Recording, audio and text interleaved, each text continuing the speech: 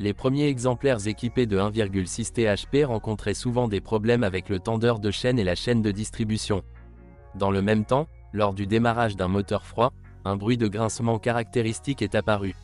Certains spécimens ont déjà eu leur troisième jeu de courroie de distribution. La chaîne avec tendeur ne suffisait que pour 60 à 80 000 km. Cependant, après 2013, le nombre de problèmes avec la chaîne a considérablement diminué. D'autres exemplaires ont commencé à consommer de grandes quantités d'huile au fil du temps. Pourtant, lorsque tout fonctionne comme il se doit, la 1.6 THP DS est une sacrément belle voiture. Mais en plus de l'entraînement par chaîne de distribution, la tendance à l'accumulation de dépôts de carbone est également une préoccupation. Et c'est bien plus grave et dangereux. Le défaut affecte les véhicules qui parcourent fréquemment de courtes distances ou ne subissent pas de lourdes charges. Paradoxalement, cet inconvénient est évité par ceux qui préfèrent une conduite dynamique. Ce n'est pas non plus typique pour les voitures circulant principalement sur les autoroutes de banlieue. Si des dépôts de carbone se forment, il faudra les éliminer. PSA utilisait à l'origine un kit de nettoyage. C'était simple, peu coûteux, mais pas très efficace. Après un certain temps, les services PSA ont commencé à utiliser des méthodes de nettoyage plus sophistiquées utilisant de la soude, qui était fournie à l'entrée à l'aide d'un dispositif spécial. Cependant, des résidus de carbone peuvent pénétrer dans les cylindres et endommager les parois des cylindres. Pour éviter les ennuis, il est nécessaire de fermer hermétiquement les soupapes d'admission. Ceci ne peut être réalisé qu'en retirant l'arbre à cam d'admission de la culasse. Dans le cas de la DS3, en raison de l'agencement étroit du compartiment moteur, la procédure est plus facile à réaliser si le moteur est déposé. Les moteurs essence atmosphérique des séries 1.4 et 1.6 VTIEP utilisent l'injection de carburant distribué. Contrairement au THP, ils ne sont donc pas sujets au dépôt de carbone. Les moteurs recevaient un mécanisme de distribution de gaz assez complexe avec un système de levée continue des soupapes d'admission, qui remplaçait le papillon des gaz. Les moteurs VTI ne présentent aucun défaut grave, à moins de prendre en compte les fuites d'antigel par la pompe du système de refroidissement. De plus, des problèmes surviennent de temps en temps au niveau des bobines d'allumage et des bougies d'allumage, en raison d'un mélange trop pauvre. Parfois, le capteur de température du liquide de refroidissement tombe également en panne, fournissant de fausses informations sur une surchauffe. Une autre anomalie a une cause bizarre. Les moteurs VTI fonctionnent à des températures relativement élevées. Elle peut atteindre 103 degrés dans un trafic urbain intense. Dans les voitures qui passent beaucoup de temps dans les embouteillages en ville, les températures élevées provoquent une déformation du couvercle en plastique. Et comme les capteurs de position d'arbres à cam sont installés dans le couvercle, leur position par rapport aux arbres change. Cela entraîne des erreurs de mesure et la transmission de fausses données à l'unité de contrôle. À son tour, cela provoque des interruptions du fonctionnement du moteur, accompagnées d'erreurs. Il existe une autre maladie caractéristique des moteurs VTI. Les embrayages de distribution des soupapes sont situés ici sur les arbres d'admission et d'échappement. En raison d'une diminution de la pression d'huile dans les accouplements, leurs performances sont altérées. La raison en est une fuite d'huile à travers la bague d'étanchéité à l'extrémité de l'arbre à cam. Initialement, on utilisait un anneau en aluminium, qui s'usait rapidement.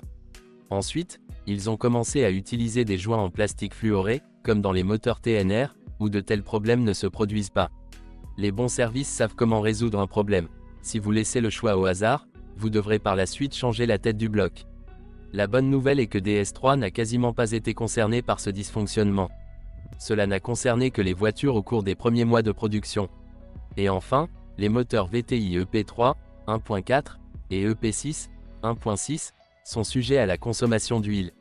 Si la consommation de lubrifiant augmente jusqu'à 0,3-0,4 litres 1000 km, les mécaniciens expérimentés conseillent de passer à l'huile recommandée pour le TNR. Heureusement, la DS3 dispose d'un capteur de niveau d'huile, donc le propriétaire attentif ne risque pas une « vidange » complète. Cependant, ce sont les moteurs VTI qui méritent d'être recommandés. La version ultérieure 1.6 TNR, correspondant à l'Euro 6, est un moteur complètement différent. Les versions les plus puissantes sont de 207 et 208 chevaux. Se distinguent par une culasse différente, un système valvétronique emprunté au moteur VTI et un réglage de phase des deux arbres à cam. La version « faible » du nouveau 1.6 TNR, 207 chevaux, proposée depuis 2014, est construite selon les mêmes technologies que le précédent TNR. Cela signifie que des pistons non forgés ont été utilisés.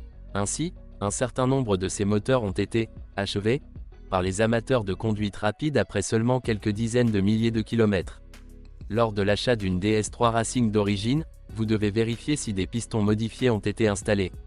Les nouvelles versions de la norme TNR Euro 6 ne présentent pas de tels problèmes. Depuis 2012, un 3 cylindres atmosphérique 1.2 PureTech série EB a commencé à être installé. Au lieu d'une chaîne de distribution, il utilise une courroie crantée lavée à l'huile. La durée de vie déclarée est de 180 000 km ou 10 ans. La version turbocompressée a reçu une culasse différente et une injection directe de carburant. Les premiers moteurs de la série EB2 réservaient parfois de mauvaises surprises. En raison de bobines et de bougies d'allumage défectueuses, le carburant a brûlé dans le collecteur d'échappement, ce qui a entraîné la destruction du catalyseur. Ces particules étaient aspirées dans le moteur et endommageaient les parois des cylindres. Le constructeur a remplacé le moteur sous garantie. Sous le capot court de la DS3 se trouvent les moteurs diesel 1.4 HDI et 1.6 HDI, ainsi que le HDI, c'est-à-dire avec un système start-stop et la possibilité de récupération d'énergie. Les versions diesel sont pratiquement introuvables, mais disons quelques mots à leur sujet. Les moteurs diesel en aluminium de la série DV sont équipés d'un entraînement par courroie de distribution avec un intervalle de remplacement de 175 000 km. Ils sont assez économiques et assez fiables. Le seul générateur de problème est le filtre à particules.